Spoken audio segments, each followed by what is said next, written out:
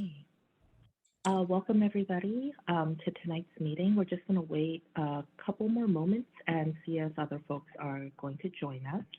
Thank you so much for spending your evening with us.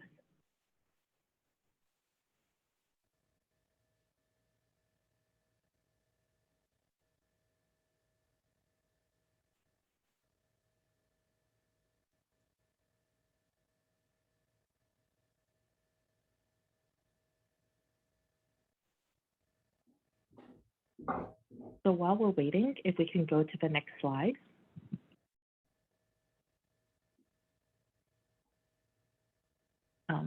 So as many of you may know, we have been using Zoom for about a year now. In case you're still unfamiliar with the platform a little bit, we do recommend joining the audio via computer and putting the Zoom window in full screen. We will have presentations today, so it's just going to help you see the presentation. All of our questions are going to be taken at the end of the presentation. And at the end of the presentation, we are going to ask folks to raise their digital hands. With your digital hand up, we're going to go in order of the hands raised. So please don't lower your hands unless you just don't want to be in the queue anymore. If you are calling in by phone, you just dial *9 to raise your virtual hand, and we will see it and send you a request to unmute. And this session, as you see, is being recorded and it's going to be shared online at our website. If you do have hearing barriers, we do have closed captioning tonight. At the bottom of your screen, if you hit live transcript, you should be able to see what's being said. So next slide, please. So thank you again for joining us.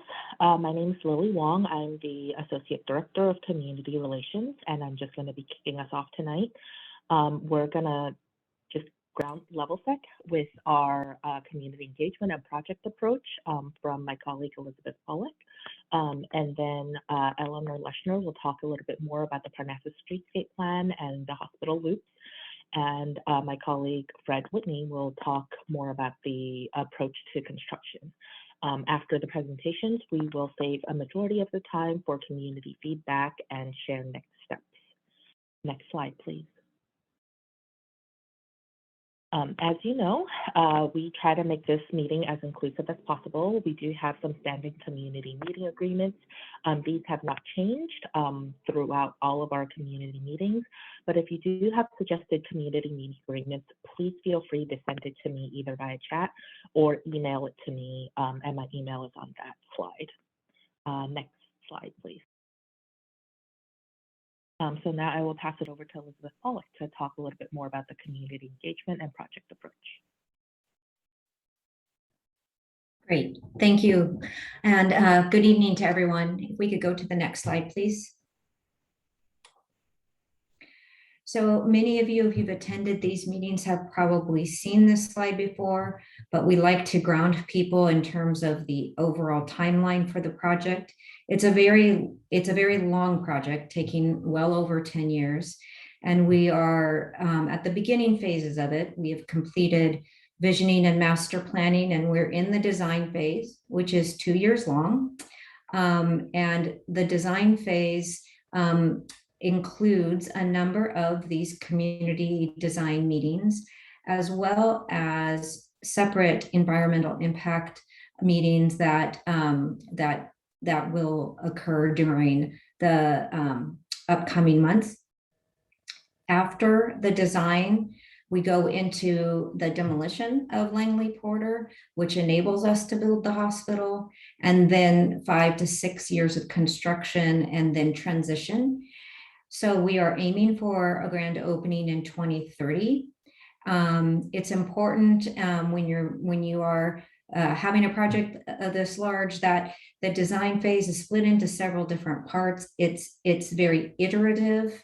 If you could go to the next slide, please. And what we're trying to represent on this slide is really that there are a number of topics that we bring to these community meetings. And it's not as if we just bring them one time, we bring them several times, because as we evolve and get more detailed in design, we're also incorporating ideas and feedback that come to us. So some of the topics that we have covered and will cover are on this slide. They involve both the design in terms of masking and the aesthetic look, but also circulation and the interface with public spaces and the connections to landscape. And of course, the community impacts in terms of construction, noise, and traffic. Those are all topics that we've visited at least once, and we continue to visit as we go through these community design meetings. Next slide. We do like to remind people sort of the why. This is a very mission-driven project for us. We need to build this new hospital for a variety of reasons. Most importantly, to address critical seismic legislation and requirements that are upcoming, as well as to enable us to deal with the increased capacity and demand that we have for our services, and to create a much better patient, staff, visitor experience. Our current buildings are old and outdated. They are undersized for the kind of clinical care that we are providing right now, much less into the future. So we need to match state-of-the-art building with our the demand that we're seeing and we're projecting into the future, as well as our ability to recruit and retain the highest quality providers and physicians and researchers that UCSF is known for, and that enables us to provide the care that we do. We need to invest in the Parnassus campus. It's been a while. We've had a number of years where we've invested in Mission Bay, and during that time, the Parnassus campus has continued to age. So we're really needing to invest in the Parnassus campus as our main hub for adult care and sort of the connection point between all of our professional schools, our research, our education, and our clinical care. Next slide. And just lastly, over the last several months, we have incorporated much of the feedback that we've received from the community. Tonight's presentation specifically is going to be focused on transportation and circulation, and it's going to include our approach to construction and pedestrian safety. So with that, I'm going to pass off to Eleanor Leshner from our Fair and Peers Consulting Organization. Thanks, Elizabeth and Lily, for that introduction. And thanks everyone for joining tonight's presentation. My name is Eleanor Leshner, and I'm a senior planner with Fair and Peers Transportation Consultants. And we have been working very closely with the new hospital architectural team, the UCSF team, as well as gathered feedback from the SFMTA to inform the current design. So my presentation will first provide some background context on existing conditions and improved plans that are relevant to transportation, and then we'll dive into more of the details of the proposed circulation and anticipated travel patterns associated with the new hospital. Next slide. So to set the stage, I'll briefly describe the existing transportation context at the Parnassus Heights campus. The campus is well served by public transit. You can see the NJUDA on Irving Street shown in yellow on the map. There are several bus routes on Parnassus Avenue, which are served by 3 bus stops in either direction, which are shown in red. UCSF also provides shuttle service to 1 shuttle stop on the north side of the street by the library, which is shown in dark gray. And 2 shuttle stops are currently on the south side of the street adjacent to 4th Avenue and Hillway Avenue on either end of the main Parnassus Avenue corridor. So for those arriving by vehicle, most folks use the Millbury Union or Ambulatory Care Center parking garages, and valet service is provided in front of the Ambulatory Care Center or ACC, which is near Hillway Avenue. The last thing I'll mention is a key passenger loading area today is Moffitt Loop in front of Moffitt Hospital, and the emergency department has a small parking area off of Parnassus Avenue today as well. Next slide. So in terms of relevant approved plans, about 5 years ago, UCSF worked with the city of San Francisco to develop the 2016 Parnassus Streetscape Plan, and has been implementing this plan opportunistically ever since. So some of the key elements of this plan include consolidating all of the UCSF shuttle stops to the middle of the Parnassus corridor, where the purple dot is on this map. This is in front of the library where there's a stop today, and then in front of the Clinical Sciences building, which this move to consolidate the shuttle stops is currently underway on the campus. Another key element of this plan was to enhance pedestrian crossings and widen the two main crossings, which are shown in green here, where there are pedestrian signals today in the center of the corridor where pedestrian demand is highest. This plan also proposed new bus bulbs, as well as curb space allocations as that relates to parking and loading spaces across the corridor. And I'll note that UCSF is planning to refresh their thinking on curb management along the corridor next year in 2022 to better reflect projects such as the new hospital along the whole corridor. So with this background in mind, I'm now going to zoom in on the area of Parnassus in front of the new hospital near Hillway Avenue. And you can go to the next slide and I will describe the key both vehicle and pedestrian circulation patterns at the new hospital. So again, we've zoomed in to right in front of the new hospital between the Moffett Loop and Hillway Avenue, just to get everyone oriented.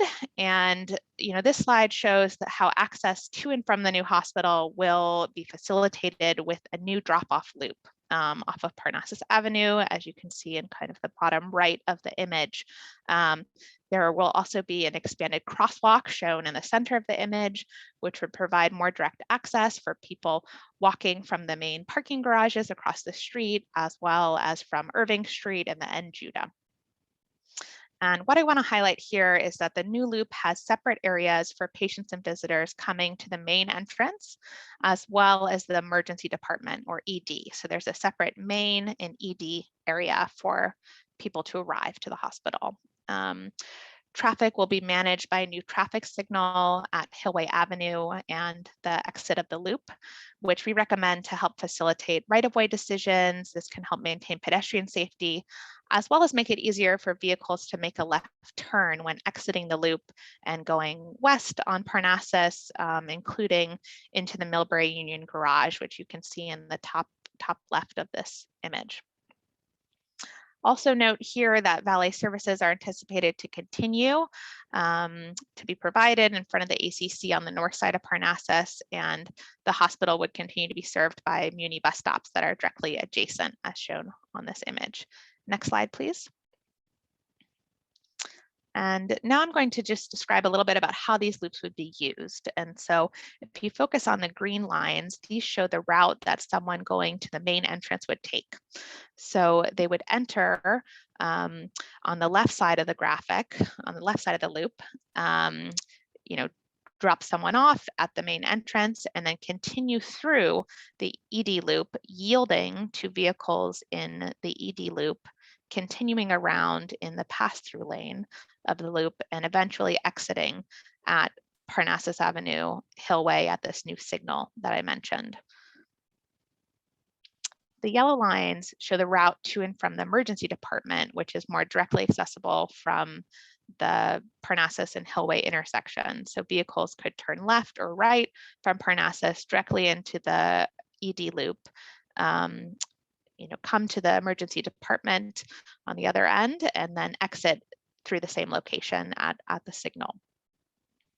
So in terms of sizing the loop, the main loop will serve up to 8 vehicles at the same time, and the ED loop can serve up to 4 vehicles simultaneously. And I'll also just note that the main loop also has a pass-through lane at the top of the loop for vehicles that enter the main loop on the left, but want to go more directly to the emergency department. There is that pass-through, cut-through option as well. And the last note I'll make on this slide is that since patient discharge can often take longer than drop-off, especially if a driver is waiting more than a few minutes for the patient to be discharged or they're moving more slowly, The existing Moffitt Loop on the left side of this graphic is envisioned as the dedicated patient discharge and pickup area for the new hospital specifically. And next slide. And so here I'm showing an example of a typical condition during the peak hour of traffic, how the loop will operate in the future. And so we've worked with UCSF and the new hospital team to understand both current demand for pickup and drop off, as well as forecast future demand with the new hospital. And using statistical and operational methods, we've sought to understand the average and peak demand for the loops to ensure that the demand would be satisfied in the space available. So the blue or the blue-green shapes on this drawing represent vehicles destined for the new hospital loops. Yellow just represents background traffic on Parnassus, and the red shape represents a Munibus. So in this example, if someone was traveling west on Parnassus, they could make a left turn into the loop where the blue vehicle is shown in the middle of Parnassus. You could make a left, enter the main loop. And during peak hours, we anticipate an average of 5 vehicles might use the main loop at the same time at kind of the peak hour. And this can be accommodated in the wider area adjacent to the entrance where there's room for 2 lanes of vehicles to load and up to 8 vehicles to be there at the same time. In the ED area, we anticipate an average of 2 vehicles would use that loop at the same time during peak hours, and we've planned for up to 4 vehicles using that loop at any one time. So kind of in summary, through our transportation analysis and our iterative design process with the architectural team, this design provides sufficient space to accommodate both the average and maximum demand during peak hours in both the main as well as the ED area. And offers several benefits in terms of exiting vehicles at one point, so vehicles can turn left at the signal as well. Next slide. I'll now shift to highlighting a couple of key considerations for people walking. The team has been very thoughtful as well in terms of understanding the needs of people walking and designing for pedestrian safety and ADA access. This graphic provides a snapshot of pedestrian desire lines and relative flows. Similar to today, most pedestrian activity happens along and across Parnassus in the center of campus. And in the future, with the new hospital, we anticipate more people walking and crossing in the expanded crosswalk that I mentioned earlier. And when going to and from the NJUDA, people would cross here if they're going to and from the NJUDA, if they're going to the parking garages in Millbury Union or ACC, crossing to go to the Muni bus stop across the street. And they may cross here going to the UCSF shuttle stops, which will be consolidated to the center of Parnassus Avenue in front of the library and clinical sciences building. Some people may also walk on Parnassus Avenue from adjacent neighborhoods like Inner Sunset and Cole Valley, but again, the main flows are anticipated more to and from the center of campus and across the street at this expanded crosswalk. Next slide. And finally, this slide summarizes some of the key pedestrian improvements associated with the new hospital. I've mentioned a few times this expanded pedestrian crosswalk. This would widen the existing crosswalk from 20 feet. It's 20 feet wide today, and in the future it would be 80 feet wide. So 4 times as wide, which is quite significant. And this is consistent with the Parnassus Streetscape Plan and would also maintain the pedestrian signal that's present at this location today, and would just help meet pedestrian desire lines and ease of access for people walking. Also note that the new signal at the Parnassus and Hillway intersection would benefit people walking first by formalizing right-of-way decisions, as well as providing pedestrian phases. We would provide pedestrian signal heads to indicate walk, don't walk, and just ensure more safety at that location. The project is also including new crosswalks along the loop entrance and exit points, as you can see on this graphic, as well as adding a new crosswalk to the east side of the Parnassus and Hillway intersection, which currently doesn't have a crosswalk today. The loop design also considers people walking from the nearest Muni stop and has a crosswalk where the label says direct access to Muni stop. So helping people get to and from the nearest Muni stop directly to the main entrance of the building. And with that, I think that's the end of my presentation, and I will pass the mic over to Fred, and happy to answer any questions later. Thank you. Great. Thank you, Eleanor. So I wanted to start tonight's, next slide, please. Wanted to start tonight's discussion around new hospital construction by outlining several of UCSF's existing agreements that reference construction-related commitments. So I won't read all of these, but an example of this would be the 2014 LRDP that outlines construction mitigation measures, work hours, and community notifications. Another example is the CPHP, and that includes our MOU with the City and County of San Francisco, which also contains various construction commitments. The real point here is the new hospital project will continue to build on these agreements and commitments through coordination and communication with the community. Next slide, please. So this slide highlights various groups where construction, logistics, and activities are coordinated and communicated. The first group is the Parnassus Heights Construction Logistics Management Program, and this is an internal UCSF program for all UCSF projects on campus, as well as adjacent projects, for example, city projects. And the goal here is to coordinate work in such a manner to minimize impacts and repeated disruptions where possible. The quarterly construction community meetings, these are very important meetings. This is where the community members will really receive important detailed updates regarding the new hospital construction work and logistics as we get closer to construction and then throughout the project. And finally, I just wanted to highlight that UCSF has been in very close coordination with SFMTA regarding our construction logistics planning, and will continue to do so for the duration of the project. Next slide, please. I'm going to spend just a few minutes talking at a high level about the new hospital construction planning. Construction planning is in the very preliminary stages at this time, but we want to share our current thinking.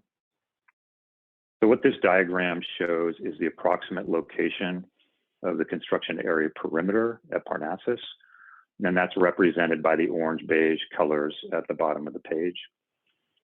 You'll notice the area is anticipated to take over the South Parnassus Avenue shoulder in those colored areas during construction, and that would be between 2023 and 2029. So why do we need this area? The construction staging area in Parnassus Avenue is needed due to extremely constrained nature of the site. To the east of the site, we have Medical Center Way, which is a main route for the loading dock and fire truck access. To the south is the loading dock. And of course, to the west are existing Moffitt and Long hospitals. So the Parnassus site is extremely important and vital to our construction of this project. A few other things that this means: some of the parking spaces will be removed along Parnassus shoulder during this construction time. The UCSF shuttle stop is being relocated further west in front of Clinical Sciences Building, and that's actually anticipated to occur later this year. And lastly, during construction, the existing Muni stop in front of LPPI Hillway will be relocated or consolidated rather with the existing Muni stop adjacent to Moffitt Loop, which is several hundred feet to the west. Next slide, please. So this diagram is really important, but I also want to emphasize that this depicts the proposed pedestrian detour to the north of Parnassus to get folks pedestrians away from the construction site for safety reasons. But I did want to emphasize the word proposed because we are currently working closely with SFMTA regarding our project's proposed pedestrian routing. And again, all this planning is still being developed and studied. However, we wanted to share our current thinking as early as possible with the community. And when we have more details to share, they will be presented either at these community meetings or certainly at our quarterly construction meetings that I previously mentioned. So that concludes the construction portion of the presentation. Thank you so much, Fred. Like I said earlier this evening, we really do want to save as much time as possible for community feedback. So if you would like to verbalize a question, please raise your digital hand. The raise hand function is either located in your reactions button for newer versions of Zoom, or if you have the older version, it's under participants. So I see a couple of hands up, and I'll start asking folks to unmute. So the first person is Tess Wellborn. I just sent your request to unmute. Yes, I'm puzzled by the transportation assumptions. It appears that there is an assumption that most of the traffic will be coming from the east going west, and then the traffic will make a left turn across eastbound traffic to get into either that main area of the hospital for drop-offs or to get into the emergency room loop. And I'm surprised that while there is a signal at the emergency department area, the Hillway area, there isn't one at the main. And it seems to me that crossing across traffic to get into the main area, at least, is counterintuitive. Please explain, and also explain your assumption that most traffic will be coming from the east. Thank you, Tess, for your question. So I think I would send it to Eleanor. Yeah, thanks, Tess, for your question. In terms of having access to the main, so access to the main loop, I don't know if we can go back to that graphic, but essentially access to the main loop, you could either make a right turn if you're coming eastbound down Parnassus, you can make a right turn into the main loop, and then you would make a left turn if you're going westbound towards Ocean Beach, for example. And so we have considered, the volumes of traffic that would be using the loop, making the right turn versus the left turn, considering current traffic patterns, and whether it meets the needs for having a traffic signal there.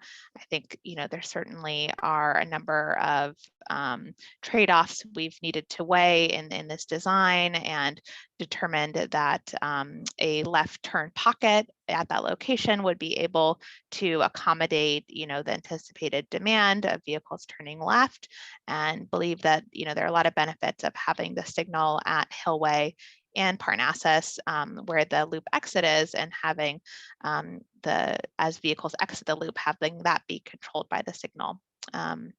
Hope that helped clarify a little bit, and thank you. Thank you so much. So the next person with their hand up is Shashila. So I will ask you to unmute and please verbalize your question or comment. Hi, thanks, Lily and Eleanor. My question is, Eleanor, you had mentioned that the current plan, you had looked at traffic patterns and such in kind of developing that plan. My question is, the current traffic patterns are probably very different from what the future traffic patterns will be, given the significant increase in the size and facilities at that campus. So I'm wanting to understand how you've taken into account the future traffic patterns and the significant increase in both car and pedestrian traffic, and whether that Parnassus loop and that capability with basically one lane going both ways and very limited space there will be sufficient for the future traffic patterns. Thank you so much, Sheila. So I will also pass it to Eleanor. Thanks, Sushila and Lily. And yes, great question. I didn't have time to go into as much detail on this part of our analysis, but happy to clarify. So we did observe traffic patterns, pre-COVID, traffic patterns, as well as when we were scaling up, the forecast traffic. Number of people traveling, whether that be by car, walking, etc. So that considers the increase in population associated with the new hospital.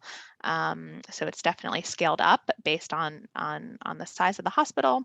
And we also considered, background transportation trends in terms, and made a more conservative, took a more conservative approach, frankly, in terms of assuming that, the use of transportation network companies like Uber and Lyft, for example, would continue into the future, and that would drive more demand for pickup and drop off essentially on the campus. So we've taken a even more conservative approach to looking at demand that way. Thank you. So the next hand up is Gonzalo Castro.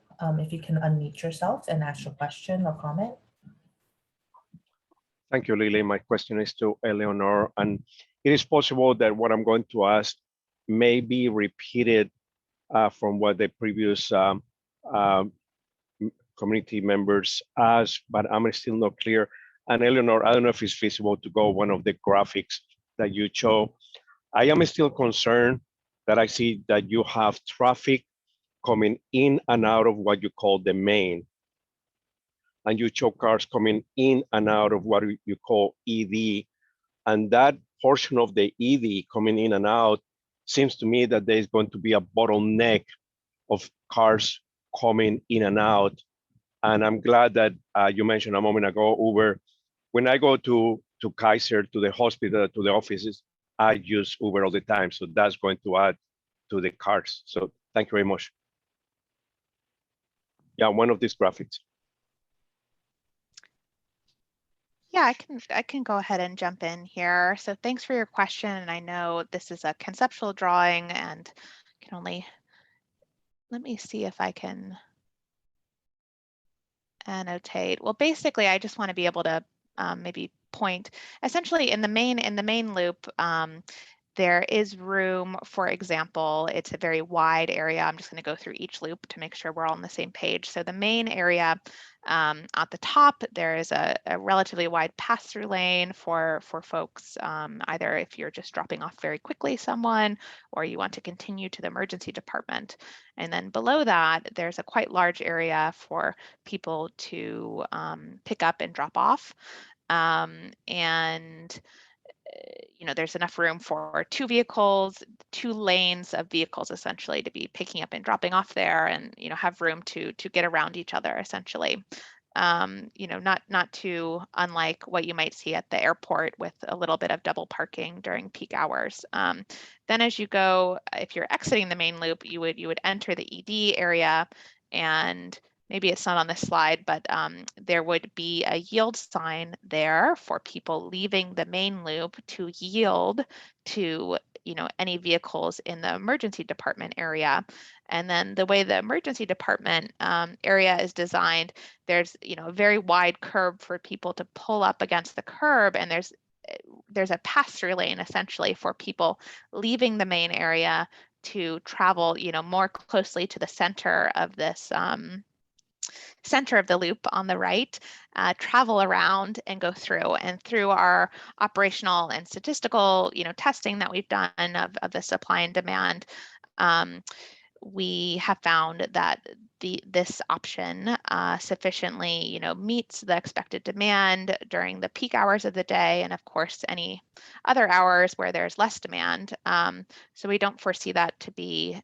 It certainly was something that we were interested in testing and studying, but based on our analysis, we don't see much of a concern in terms of, I believe, what Gonzalo described about people getting maybe blocking the path in the ED, because it's actually quite wide, that area. I hope that helped clarify, and would happy to answer any other questions.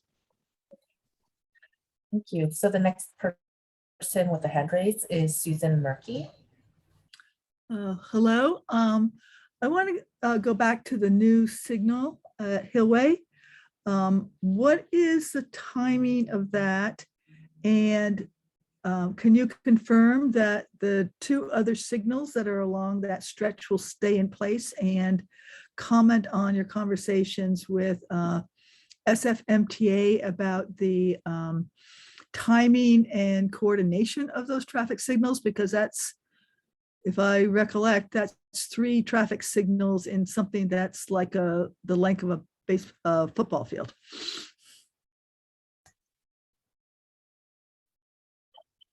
So I think I want to pass it to Eleanor first to talk about Let's go back to Eleanor, yeah.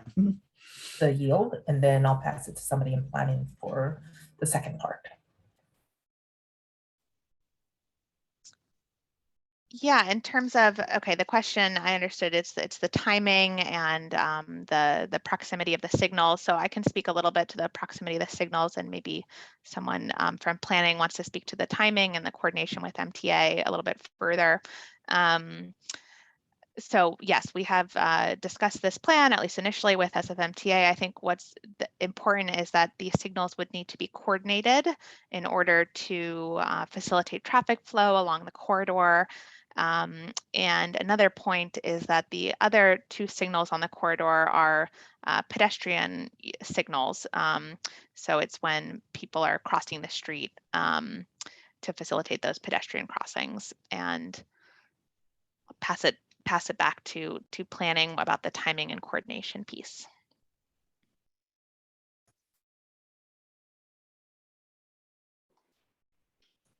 Hello, this is Kevin Beauchamp with Campus Planning. We are in active discussions with the SFMTA to talk about the details and logistics of how the signals would be implemented, including timing. And so we are still working out those details. I would imagine that it would occur towards the tail end of the construction period, closer to 2030. But that's pretty much where we are now in our conversations. And then I also want to acknowledge that Sarah Jones from the SFMTA is on the line as well, and she could also speak to our coordination. Yeah, thank you, Lily. Sarah Jones, I'm the planning director from the SFMTA, and we are working with UCSF both on these plans and also coordination around construction. You know, we'll be able to really dive into all of these questions, which are very good ones about both timing and coordination of the signals themselves. You know, once we have had the opportunity to review the EIR, that's going to be a really important informational document that will let us really kind of work through smooth operations along Parnassus. So, you know, we're on a good path to really thinking these things through in a holistic way and thinking about the street as a whole. Thank you so much, Sarah. So the next hand that I see up is Janine Alexander. I sent you a request to unmute. Hi, I live around the corner from UCSF, and just a quick observation. I drive on Parnassus probably on a daily basis. It is very rare to see a valet outside. And I would also say that 100% of the time, there is no space at the curb for anyone to pull over safely in the current situation. In regards to the new hospital loop, I would like to understand how you envision the drop-off process. And I appreciate that you've done the analysis, but to be realistic, let's just say somebody arrives with an ill or very elderly relative. They're from out of town. They're already unfamiliar with the campus and the city. You know, they pull up at the curb, and then there's the need to get that person safely inside, you know, get a wheelchair out or whatever, get them checked in and get them situated. But again, to use your airport analogy, their car is still sitting at the curb and they need to move it. So, you know, unless people are bringing additional family members, it seems to me to be very disruptive and upsetting trying to get somebody into the hospital in what should be, you know, a caretaking environment. And, you know, when your focus would be to, you know, get that person situated and calm instead of worrying about the fact that you're blocking traffic and the flow of other vehicles.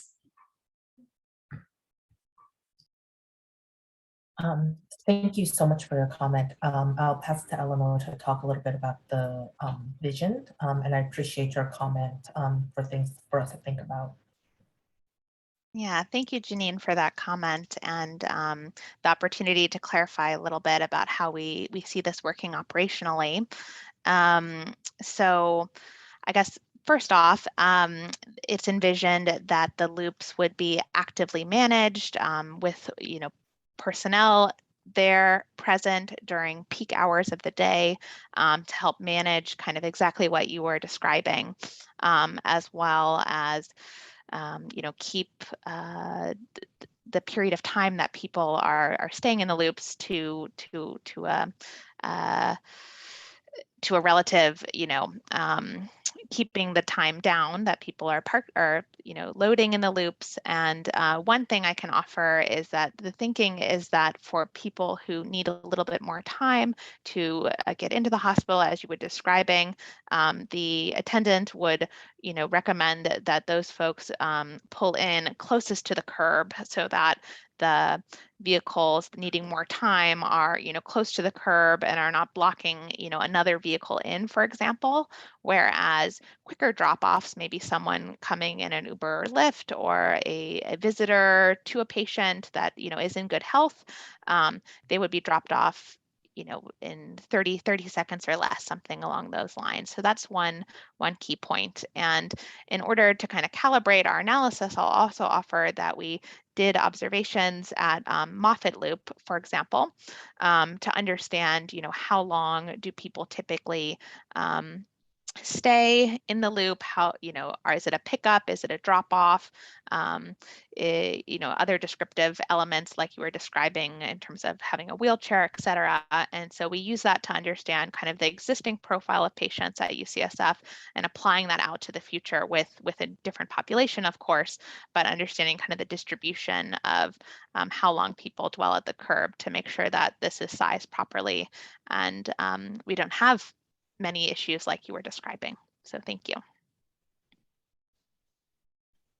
Thank you so much. So the next hand that I see up is Kat Carter. Kat, I've sent you a request to unmute. Hi, thank you so much for this and the invitation to join in. I have not heard yet anything about transit access and if there are plans to improve that for people who are transit dependent or for staff or for people that just ride transit more than cars. As a frequent flyer at UCSF, I'm very familiar with arriving from the NJUDA as well as from the buses. Are there plans to increase how people get through? You know, right now it's a bottleneck on elevators to get up. Are there plans to expand that access for the Muni bus routes on Parnassus? Are there plans for bus shelters, for boarding islands, for signage and wayfinding so that people can learn how to use transit better? Thank you. Thank you so much. So I'm actually going to pass it over to Sarah Jones, who wanted to have a couple of comments. Yes, so I'll speak to the larger transit picture, and then I don't know if there might be further comment from Farron Pier. So hi, Kat, you know, transit access and transit serving UCSF has been probably the top priority for us at SFMTA in engaging around this project. You know, we are looking at UCSF as a key destination in a lot of our broader transit improvement plans. You know, I know there's a lot of discussion right now about the 6, but you know, certainly within the time frame of this hospital, you know, it is a key priority to make sure that there's great transit access, both by rail and by bus, to this site. So, you know, we are in the context of talking about this streetscape we are prioritizing Muni access to the site and, sort of smooth operations and smooth use for people arriving by bus. In terms of the N, another project that we've been talking about with UCSF that's, a high priority shorter term project within this is the entryway, or it is the entrance from, I'm completely blanking, I can't believe this, from down by Carl Street. And so that's, one of the key purposes of that is to facilitate that access to the larger campus from the NJUDA. So that's where that conversation is happening. But for sure, good points, Kat. And then I'd also like to pass it to Kevin to talk a little bit more about our holistic approach. Right. So for those of you who have been following the last couple of years of planning with the Comprehensive Parnassus Heights Plan, you may know that there are several other projects in the first 10 years of implementation in addition to the hospital, one of which is what we call the Irving Arrival Project. And what that will do will create a much better pedestrian loading area for the NJUDA down on Irving Street. One of the goals that we understand SFMTA has is to make it possible to move from 2-car NJUDA trains to 3-car NJUDA trains. So the project there would involve making it possible for 3 cars to stop, and also providing better passenger waiting amenities, lighting, seating, and the like, as well as a much better signed journey from Irving Street up the elevators to Parnassus Avenue, because right now it's not always clear what the best path to travel is. So that project as well will help make the journey for folks coming on Muni hopefully easier and more seamless, because we would really want to make it easy for folks to think of transit as their first choice of how they come to campus. Thank you so much. So the next hand that I see up is Robert. I'm going to send you a request to unmute. Hi, yeah, thank you. I have a couple questions relating to the slide about the proposed pedestrian detour and crosswalk relocation. So the pedestrian detour will be for 6 years, right? Oh yeah, I see it on the slide.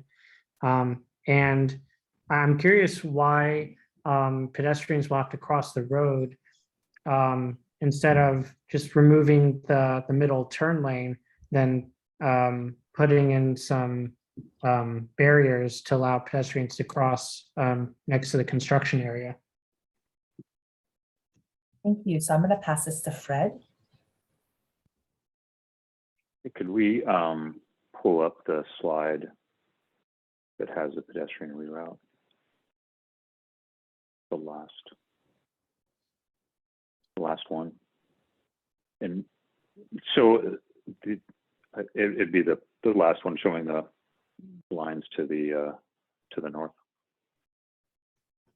So we basically, right now, there's gonna be a lot of activity, truck deliveries at that construction area. We'll have flag persons there for safety, but really the idea is there would be overhead crane lifts of getting material on and off trucks, and it can be a very unsafe area to have pedestrians there. So the idea would be to get them north. We relocate the crosswalk you see in the middle, put that to the east, and then that construction area you see in the lower right corner, there's a lot less activity. The main construction piece is happening in the middle. So pedestrians could come back over in a more safe atmosphere at the lower right area, and that's much more controlled. But there's just going to be a lot of activity, and that's the only side we can really build this project in terms of deliveries and and craning of materials in and out of the building.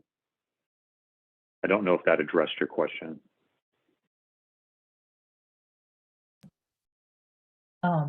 Yeah, thank you so much, Fred. If folks have follow-up questions, feel free to raise your hand again.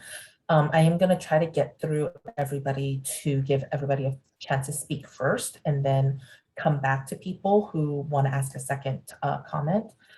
We did get somebody asking a question about whether there's a separate access point for ambulances in addition to the new EB loop. So wondering, Eleanor, if you can talk a little bit about that. Yes, I'm happy to talk about that. And I'm thinking which graphic makes the most sense to share. It may not be shown in these graphics as it was not the core of this presentation, but yes, ambulances will have their own area. And the idea is that ambulances would have access to the hospital from Medical Center Way. So it's actually separate, completely separate from this area that we're showing now on the screen, so that the patient and visitor experience is really separate, kept separate from ambulance activity, and happy to answer other questions related to that. Thank you. Thank you. So the next person that I see, unique person, is Marcia Rosen. I've sent you a request to unmute. Thank you and good evening. I have two questions. One is probably historical, that there was a proposal to either tunnel or bridge over Parnassus to carry some of the load. And I don't remember when that proposal dropped off of discussion, and why. So I'd like some response to that. And the second is, I live on 5th and Kirkham, and I often, well, I'm retired now, but when I was commuting, the NJUDA was such an impossible commute that I often went to Forest Hill Station, where there are 3 lines that run underground the whole way, and was much faster and has a much larger volume and an easier connection to BART. So I'm wondering whether any of this transportation analysis talked about loading staff and patients and students from the Forest Hill Station, with maybe making a shuttle stop there or some way to facilitate people using those transportation corridors, which carry more people and are, in my experience, more reliable than the NJUDA. Okay, so I'm going to pass it to Kevin to answer some of those questions. Yes, so the Comprehensive Parnassus Heights Plan does contemplate a bridge, a public bridge, to allow folks to cross over Parnassus Avenue, especially folks coming from transit through the Irving Arrival Experience. And then in addition, the Comprehensive Parnassus Heights Plan also talks about a tunnel, a service tunnel underneath Parnassus Avenue for utilities and back of house operations. So why wasn't that part of Why isn't that part of that's not part of the presentation on traffic and transit this evening? Right, that is still part of the thinking. We are still internally working out what the connection points would be. And the next step would be to engage in discussions with the City and County of San Francisco about that, because since those features would be above and beneath the public right-of-way, we would need permission from the city to build those features. But we haven't lost sight of it, and it is still part of our thinking and our planning. And when we have more information to share on that, we're happy to loop back with further detail. Yeah, and then I'd also like to pass it to Sarah Jones to talk about the Plan for Better Muni. Yeah, thanks a lot. So on that question of having an overpass, it is something that we've been discussing with UCSF in the campus planning process. I think that there are some good arguments to do it, even though typically the city does shy away from having something over right of way, but definitely not off the table as far as we're concerned. In terms of Muni, I think really good points and interesting idea. We are, actively engaged in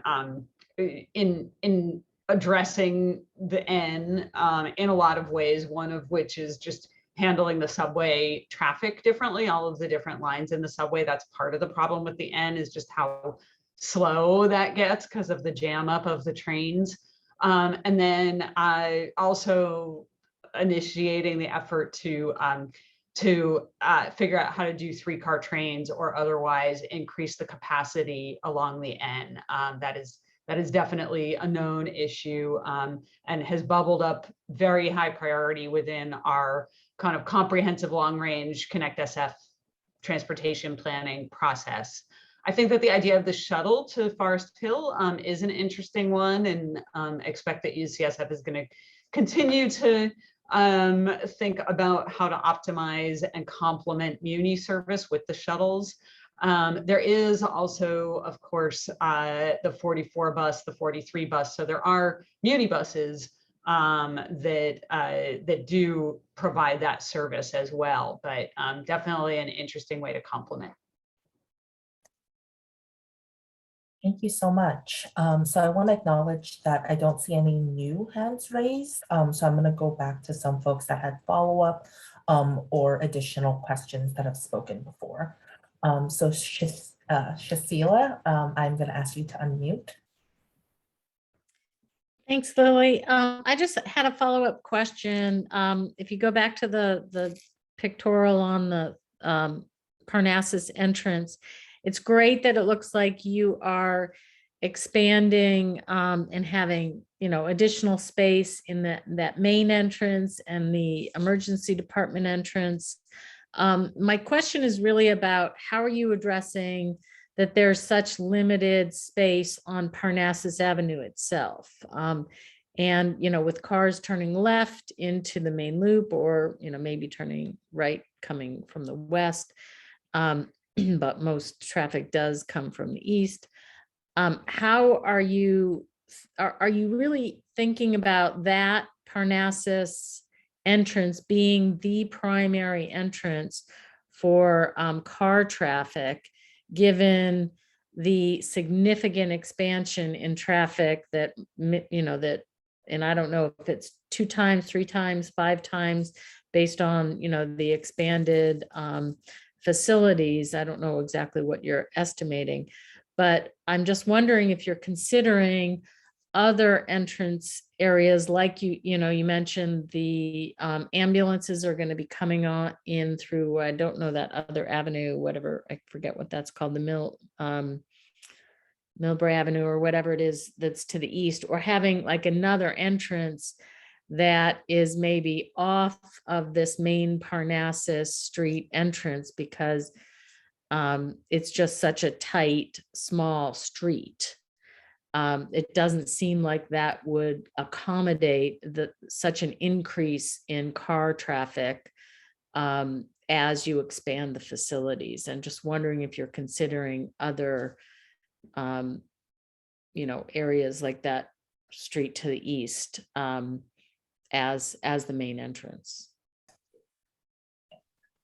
So I think I would like to start off with Eleanor to kind of talk about our approach or how we've considered this, and then see if there's another member of our team that can add in. Sure. I think as I understand the question, it's around, thinking about traffic on Parnassus and considering kind of where the main entrance of the hospital is, whether that's on Parnassus or Medical Center Way, I think was what you were referring to. And I guess my understanding, and I'd welcome anyone else from the project team to jump in, is, the new hospital, the entrance, the frontage, it's along Parnassus Avenue. It's directly accessible to transit, to the Muni stops that are directly adjacent. And that's really where, all of the pedestrian activity and the rest of the campus kind of faces on to Parnassus Avenue. I'm not sure how much work was done, I think, considering Medical Center Way as the main arrival point, within the project team. And also just add that, this presentation is really focused on circulation and travel patterns and understanding, the design of the hospital. And, later with the EIR, I believe there will be more information circulated about traffic volumes in particular. So I hope that helps clarify. Thank you. And then perhaps Tammy from our team could add some more.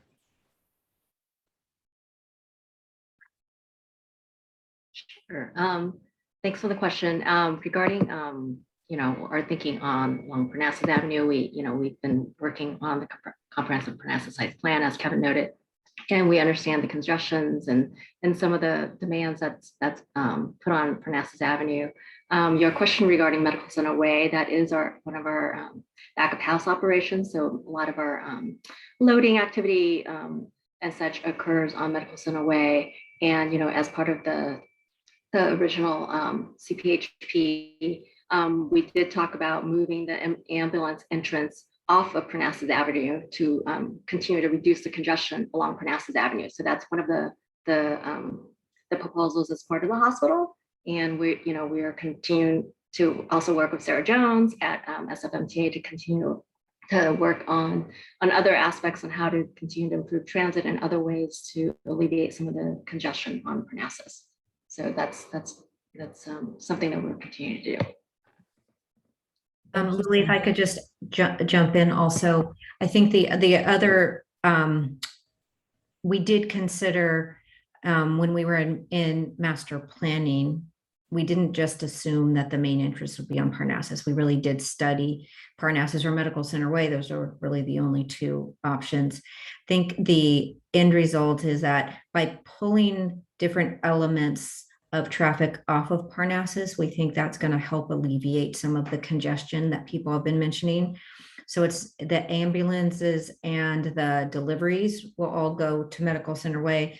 But importantly, too, a lot of the congestion right now exists around the Moffett Loop. And so as we've pulled apart patients that are being picked up upon discharge from the patients that are being dropped off, and then separated again, the patients that are being dropped off for the main hospital versus patients being taken to the emergency department, and try to eliminate some of the congestion that happens when we have all of those streams at one location. We think that's going to really help alleviate some of the fears that I think were mentioned in the question. Thank you so much. So I see a new hand up. So I'm going to bump it down to Benito Noyola. So I've sent you a request to unmute. Benito.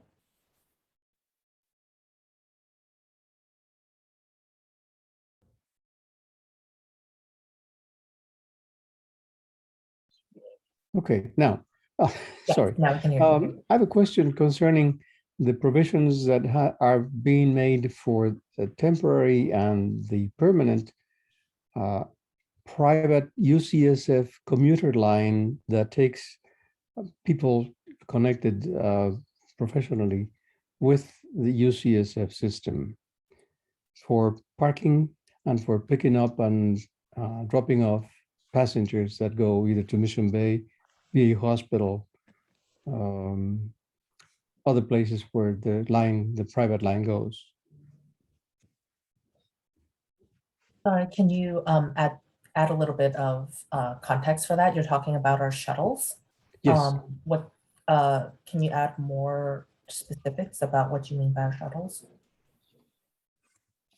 I'm just concerned about the place where the shuttle is going to pick up the UCSF passengers that go to various points related to their work at the UCSF system. Places where the buses are going to park, where they're going to pick up passengers, and where they're going to deliver them when they return.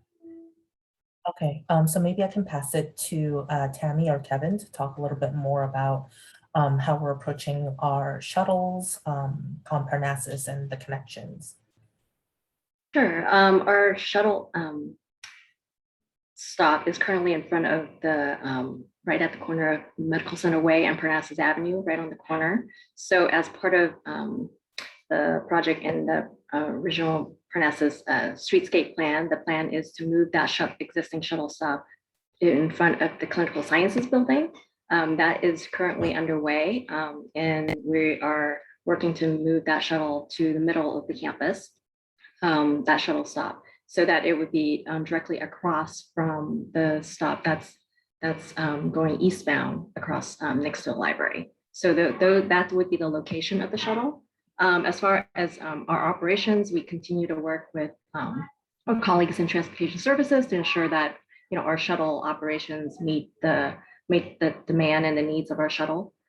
because we do prioritize our shuttles for members of the public to and our patients and visitors and our staff to get between campus sites. So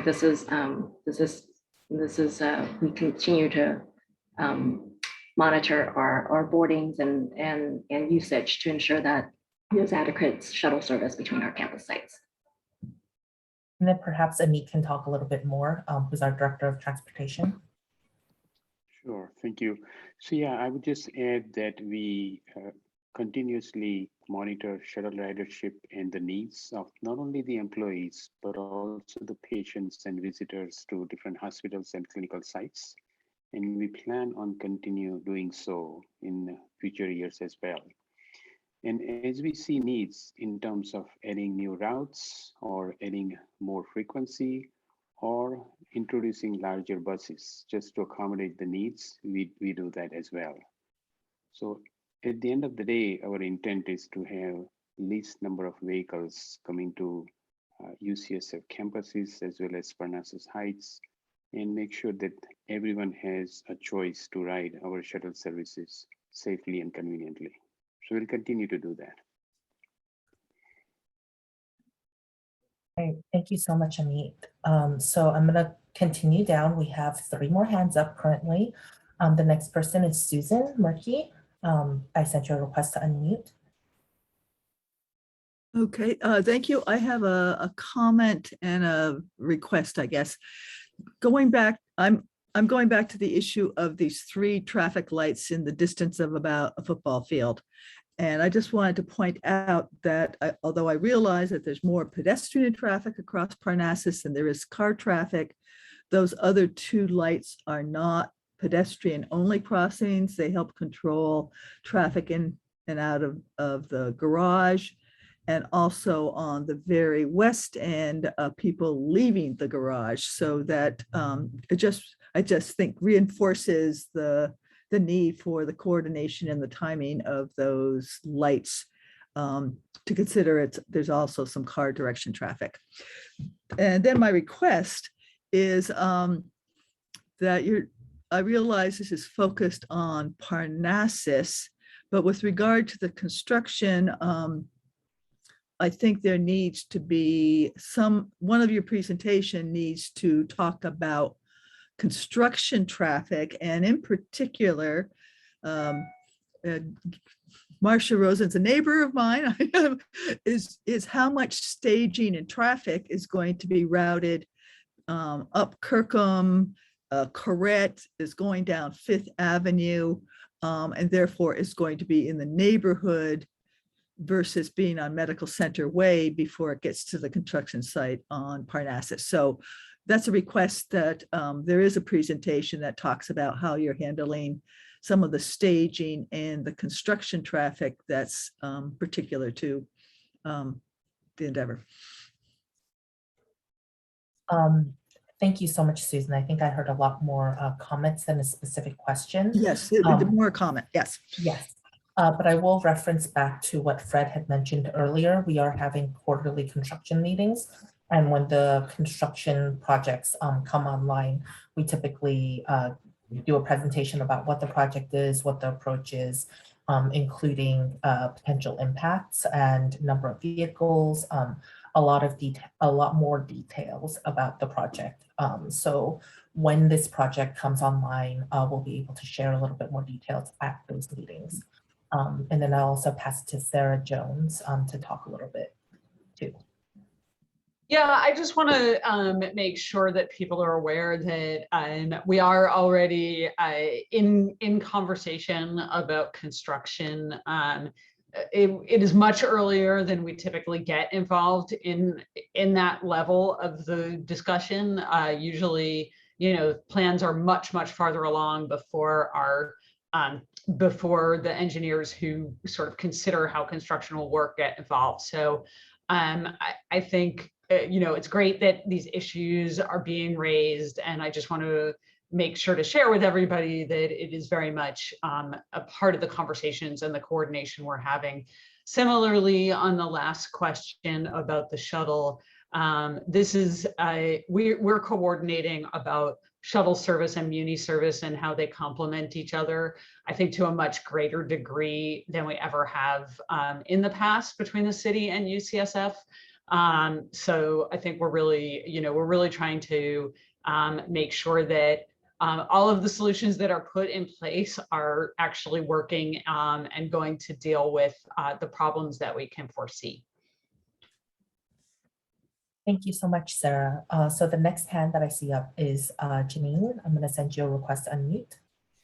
Thanks, Lily. And this is both a request and a comment. I think it's crucial that when you are, I appreciate that the focus of tonight's meeting was narrow so that we could focus on specific issues. But I do think that it is critical to consider the cumulative impact of all the plans and their effect on, the neighbors, the neighborhood, patients, friends, family, and all of that. So, it feels to me that there were a few things slipped into the conversation tonight. The overpass, a potential tunnel. In earlier meetings, there was a conversation about a plan to demolish the dental school and continue 4th Avenue up to Kirkham so that it could loop around the campus. So I feel like it would be honest and upfront with us that we are looking at that holistically when we're having meetings like this. Yeah, I mean, an overpass, a tunnel, looping 4th Avenue up and around the campus, those things are all significant in addition to what we've been focused on tonight. So that would be my request, that we're just very upfront and don't speak of those things euphemistically, but just, call them out that they're under consideration or in the planning process. Yeah, Janine, I really appreciate you bringing up the holistic plan for Parnassus Heights. As some people on the line may know, we passed a comprehensive Parnassus Heights plan that really looks at the campus overall. And tonight's meeting is really focused on the hospital and kind of that piece of it. But I would like to pass it to Kevin Beauchamp, who's much more fluent about the CPHP, just to give more of a high level of our overall approach to the campus for the next 30 years. Right, thank you. That's a good question. We're not trying to hide anything here. I think what we're really focusing on in these series of meetings is the new hospital itself. And also just to emphasize that while the comprehensive Parnassus Heights plan is a 30-year vision, that involves development not only on the east side of campus, but also on the west side, where 4th Avenue extension has been described, as well as the replacement of the dental school building. We're really focused now on what's happening in the first 10 years of the plan, so between now and 2030. Our anticipation is that the development on the west side of campus, including the demolition and replacement of the dental clinics building and the extension of 4th Avenue, wouldn't occur until after 2030.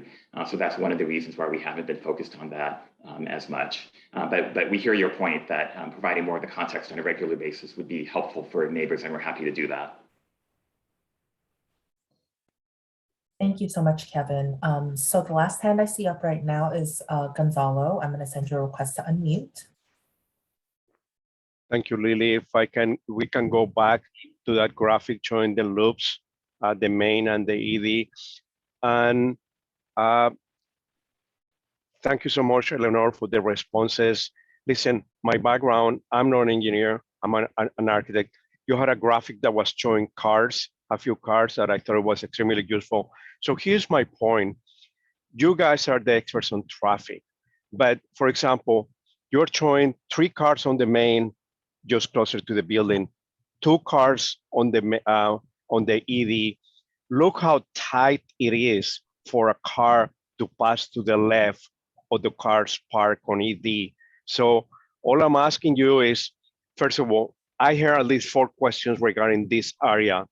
I think it's very tight. You see it there, how tight it is to come out of the ED and the enter exit. I ask you, please give us some thoughts. I understand these are not final drawings, but you guys know there are going to be more cars than the ones you're showing here. Thank you very much. All right. Thank you so much, Gonzalo. So the next hand I see up is Susan. I'm going to send you a request to unmute. Yes, apologies for taking up too much time, but the holistic comment made me think about, and Kevin's comment about focus on the first 10 years.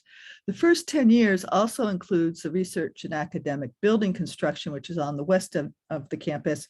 So I think that just really accentuates having to talk a little bit more about a longer stretch of Parnassus that is going to be disrupted in those first 10 years. And I have to believe that construction of the research and academic building is going to be overlapping with the hospital. So we're talking about construction on both the east and the west ends at the same time. So that's just a comment, and that needs to be brought up in terms of the overall flow and construction traffic and the holistic point that one of the prior speakers meant. That's it. Great, thank you so much for that comment, Susan. So I don't see any other hands that are raised, but if there's any other participant that has any questions, we are here to answer any questions or kind of discuss any other concerns. So I'm going to give folks a few more moments to raise your hands. As I said before, the raise hand function is under your reactions, or on the older version of Zoom, it's under participants, or if you can't find it at all, feel free to just send me a chat so I know that you want to say something.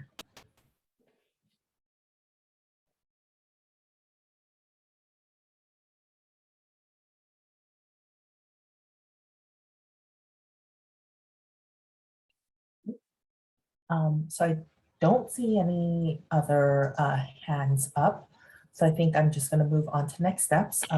If you have any hands, feel free to raise it and I'll just look for it. So in terms of next steps, so we can go to the next slide. So all of the community comments from tonight is going to inform discussions and at subsequent meetings. This meeting was recorded or is being recorded, and we are going to put that up on our website. Any additional information about the comprehensive Parnassus Heights plan that we had referenced and this project will be sent via our listserv and is also available online. If you're not on our listserv, the short link is right there, and please feel free to sign up for our listserv.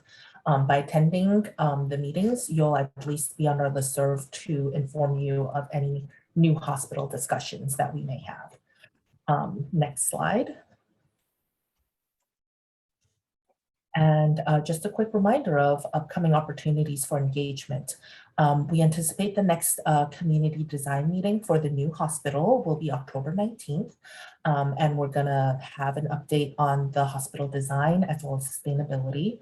The quarterly construction meetings that we mentioned before, our next one will be on November 3rd. And again, these are the meetings where we update and share information about active and upcoming projects on our Parnassus Heights campus. And the last thing is that later this year, we anticipate the release of the draft environmental impact report that will go into a lot more details about the plan and kind of our approach.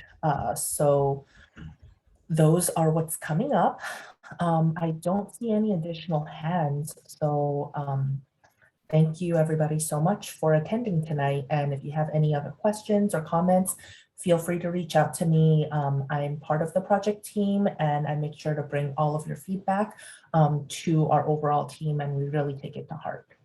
So thank you so much, and happy Autumn Moon Festival for those who celebrate it.